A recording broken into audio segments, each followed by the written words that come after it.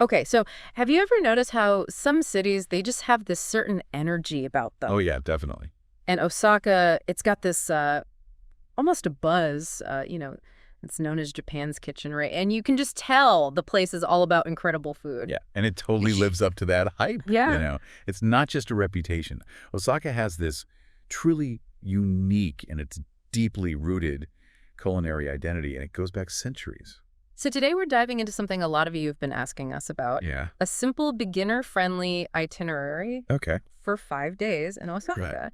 And we're really going to get into the food scene there. Absolutely. And, we've been looking at some really interesting stuff about Osaka's food history. Uh-huh. Even took a peek at the diverse tastes of the Tokyo Islands. Yeah, and even though our main focus here is going to be mapping out that perfect Osaka trip for you guys listening, Right.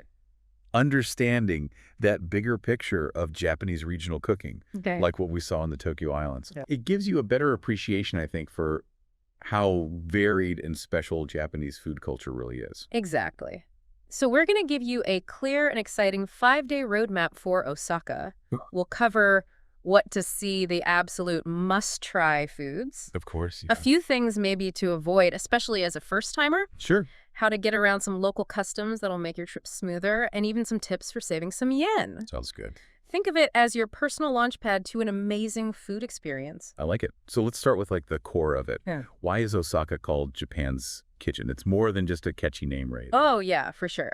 So if we go back to the Edo period, a time of huge economic and cultural growth in Japan, think 17th to mid-19th century, It's okay. Osaka was this major trading hub. And its location was perfect, surrounded by fertile land, easy access to the sea right there between other major hubs like Kyoto. Oh, yeah? So there was this constant flow of all sorts of food coming through Osaka, amazing seafood mountains of rice, fresh vegetables. Yeah. And it's really interesting how that constant flow of all these diverse ingredients really created this deep appreciation, almost like a reverence for freshness and local quality. Yeah.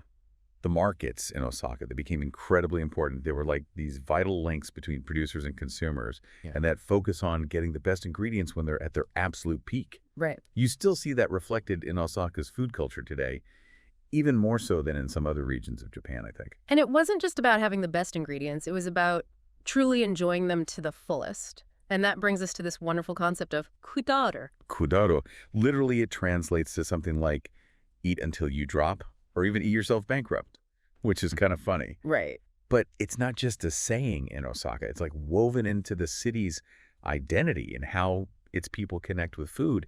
It speaks to this real joy and passion for dining and this willingness to indulge in deliciousness no matter where you find it. It's not just about fancy restaurants. It's in the streets. The market's just total embrace of food culture. And that naturally brings us to the waters right off Osaka. Yeah.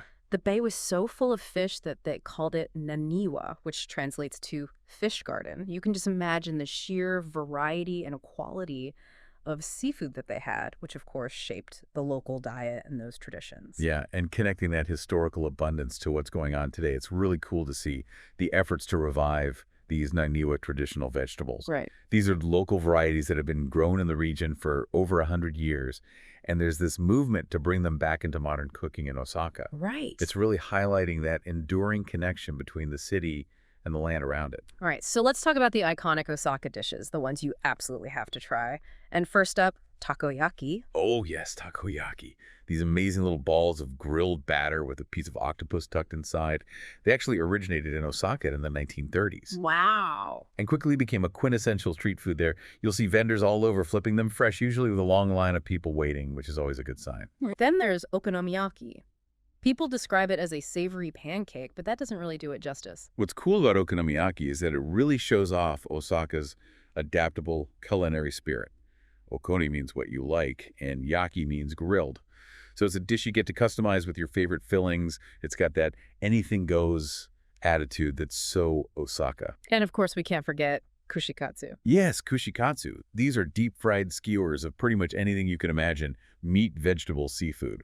Really popular in the Shinsekai district, which we'll talk about later. The key thing to remember with kushikatsu is the dipping sauce. And one crucial rule, no double dipping. Once your skewer goes in the sauce, that's it. It's about hygiene and local custom. Okay, so we should also talk about Osaka sushi. Not the typical nigiri you might be thinking of, the hand-pressed sushi with a slice of fish on top. Right. Osaka sushi or box sushi or oshi sushi is pressed. They layer vinegared rice and all sorts of delicious ingredients in a mold and press it together into these beautiful, flavorful blocks. Very different from nigiri. And lastly, something that seems simple but is so important, dashi. Osaka is known for its incredible dashi, a savory, umami-rich soup stock that's the base of so many Japanese dishes. And the fascinating thing about Osaka's dashi is this historical connection to a guy named Kombuya Ihei. He was a shipping wholesaler in Osaka way back when, who figured out how to bring high-quality kelp, or konbu, all the way from Hokkaido. Wow. And having access to that amazing kelp is what many people believe led to Osaka's exceptionally delicious dashi. It gives their soups and broths this incredible depth of flavor. They usually make it with kombu and bonito flakes, giving it that characteristic savory umami taste that's in so many dishes there. And as we learned earlier, there's also the huge influence of Chinese and Korean cuisine on Osaka's food scene. It adds another layer of richness and variety to what you can find there. So with all that delicious background, let's get into that 5-day Osaka itinerary. Day 1 arrival and Dotonbori. So imagine this. You've just arrived, you've checked into your hotel, and you're excited to explore. There's no better place to start than Dotonbori. It's like sensory overload, right? Bright neon lights, giant quirky signs, and delicious smells everywhere. And your first must-try food has got to be takoyaki. Find a stand with a long line. That usually means they're doing something right. Get yourself a figure, serving those piping hot, perfectly round balls with a crispy outside, creamy inside, and that savory piece of octopus is just a classic Osaka. Absolutely. And while you're enjoying your takoyaki, take a walk along the Dotonbori Canal. Great spot for people watching. And of course, you have to get that picture with the famous Glico Running Man sign. It's like a ritual for visitors to Osaka. For dinner, I'd highly recommend trying okonomiyaki. Dotonbori has tons of local restaurants specializing in it. Oh, yeah. And some even have this fun interactive cooking experience where you get to make your own okonomiyaki right at your table. It's a great way to get hands-on, especially for someone new to Japanese cuisine. You really get an appreciation for the ingredients and the process. Now, Dotonbori is exciting, and it's easy to get overwhelmed. So what are a few things to avoid, especially for first-timers? Definitely don't try to eat every single thing you see right away. It's too much. You'll get full so fast. Pick a couple of key street foods like the takoyaki to start. Yeah. Then settle into a restaurant for a nice okonomiyaki dinner. You've got 4 more days to explore. Exactly. And, for those budget-conscious travelers, any tips on how to save a little yen on day 1 in Osaka? Yeah, absolutely. Look for set meal deals, especially at the okonomiyaki places in the evening. They often offer a good value with a taste of several dishes for a set price. That's smart. And Dotonbori is full of talented street performers, so you can catch a free show just by wandering around and taking it all in. Okay, on to day 2 culture and the charm of Shinsekai. Day 2 is a bit of a change of pace. Start your morning at Osaka Castle, a really significant landmark with tons of history. We don't have time to go into all the details now. Right. But it's definitely worth seeing, exploring the grounds, and enjoying the views from the top. Yeah, and for lunch after the castle, look for a casual place nearby.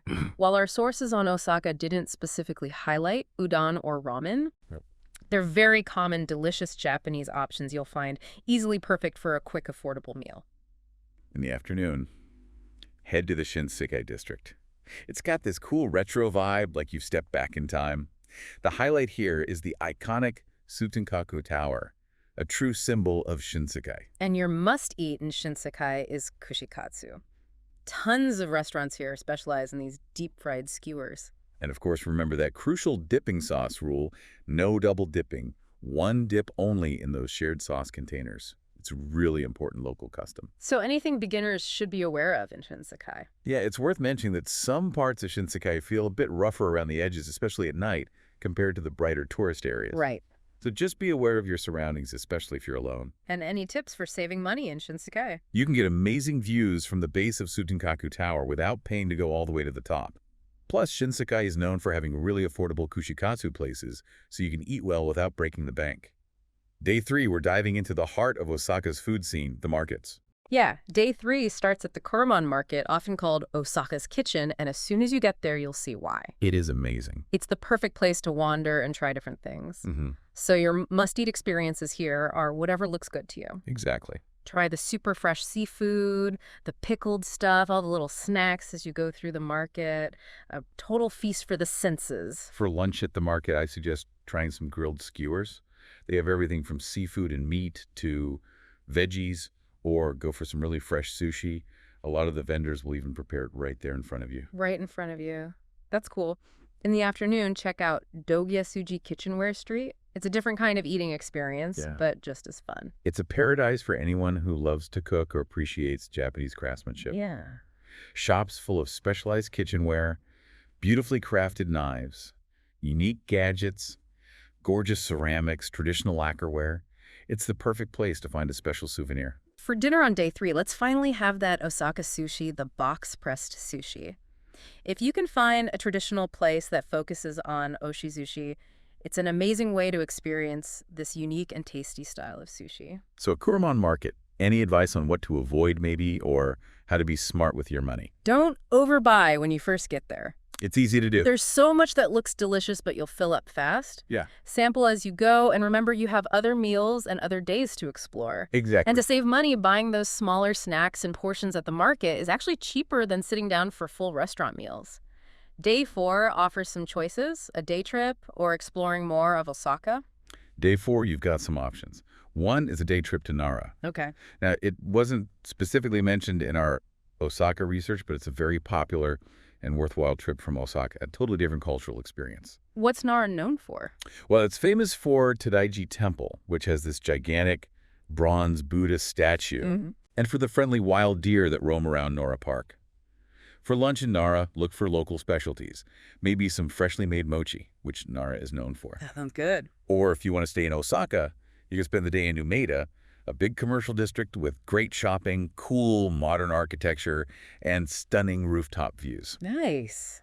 For dinner back in Osaka, day 4 is a chance to either revisit a favorite dish you had or try something completely new. Right. You'll be feeling more adventurous by then. Ah. Any money-saving tips for day 4, whether it's Nara or Osaka? If you're doing multiple day trips in Japan, think about getting a Japan Rail Pass. Good advice. If you stay in Osaka, look for free things like parks or just wandering different neighborhoods. You might find some hidden gems and experience the real Osaka without spending anything. Day 5 is departure day, but that doesn't mean you can't fit in some more delicious food. Always time for more food. On your last morning in Osaka, depending on your flight or train, make time for any last-minute souvenirs. And for a final must-try, if you see it at a bakery or market stall, try Sata and Daki. What's that? They're Okinawan donuts. Okinawa is a different region, but our research mentioned them as a unique street food. It's a fun way to experience some regional variation in Japanese sweets before you head home. Okay, that's cool. If you have time before heading to the airport or station, try to have one last Osaka dish with that amazing dashi soup base. Maybe a simple bowl of udon noodles and broth, or chawanmushi, which is a savory steamed egg custard. Both great ways to savor that Osaka flavor one last time. So what should people avoid on their departure day? Don't rush. Don't let getting to the airport or station make you miss out on one last Osaka food experience. Plan your time so you can enjoy those final tastes and memories. And a final practical tip for saving money up until the very end, use a prepaid IC card like ICOCA or Suica. Yeah, those are so useful. Makes traveling on public transport super easy and potentially cheaper as you head to the airport or station. Okay, let's talk about some local customs and how to get around Osaka. Understanding some basic customs can really make your trip better. And it shows respect for the culture. Politeness is super important in Japan. Even a small bow can go a long way. Right.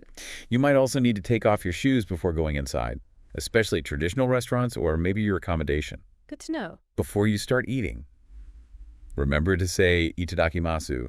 It means, I humbly receive this meal. Okay. And when you're finished, gochi susamadishita is a polite way to say thank you for the meal.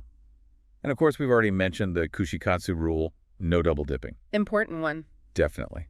And it's good to have some cash on hand because smaller places and market vendors might not always take cards. Getting around Osaka is pretty easy thanks to their amazing public transport, subways, trains, buses.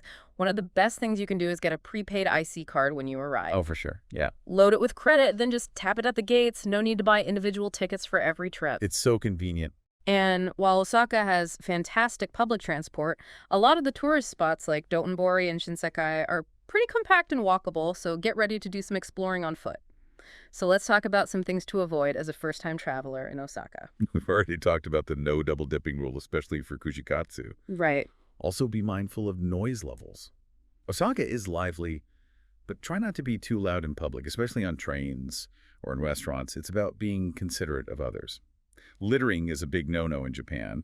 Always carry your trash until you find a bin. And it's generally considered impolite to point directly at people. You'll find some English spoken in the touristy areas, but don't expect everyone to be fluent. Right.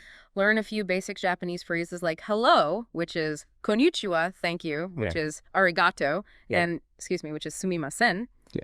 It'll be helpful and appreciated. And lastly, be wary of tourist traps. Doing a little research beyond the most popular spots can lead to more authentic and often cheaper experiences. All right, and for some specific tips on how to save money in Osaka. Using public transport and those prepaid IC cards is a great start. Eating at local places, especially at lunchtime, can save you money because a lot of restaurants have special set menu deals during lunch that are a great value. That's good to know. And don't forget about Osaka's free attractions like parks or just walking through different neighborhoods. You'll find hidden gems and experience the local vibe without spending a yen. So true. If your accommodation has any cooking facilities, even a small kitchenette, think about making some of your own meals, maybe breakfast or a light lunch. It can really help reduce your food costs. Okay. And it's always worth checking online or at tourist information centers for discount coupons or special offers for attractions or restaurants. Good general travel tip. Right. Before we wrap up our Osaka deep dive, let's go back to the Tokyo Islands for a minute. Why did we bring them up in an episode about Osaka? Well, for someone new to Japanese food culture, the Tokyo Islands show how much regional variation there is in Japan. Even within the Tokyo area, you find unique ingredients like a shiitake, a nutritious vegetable in Hachijojima, or the fragrant island lemons from Ogasawara. Interesting. And different dishes like Okinawa soba noodles, which are different from the soba on the main island. It highlights the incredible diversity and strong local character of Japanese cuisine. Right. So Osaka's food culture, while famous, is just one delicious part of a much bigger and more complex culinary picture. So Osaka, Japan's kitchen is full of amazing culinary adventures waiting for you. We hope this 5-day itinerary and all our tips have sparked your imagination, given you a good starting point for planning your trip, and inspired you to experience Osaka for yourself. Absolutely. And with all the incredible flavors and unique experiences in Osaka, it makes you wonder, with so much delicious food on offer, what single dish will be the one that captures your heart and becomes your lasting memory of Japan's kitchen? That's a great question. And what other fascinating regional Japanese culinary secrets might you discover on future travels throughout this amazing country? I can't wait to find out.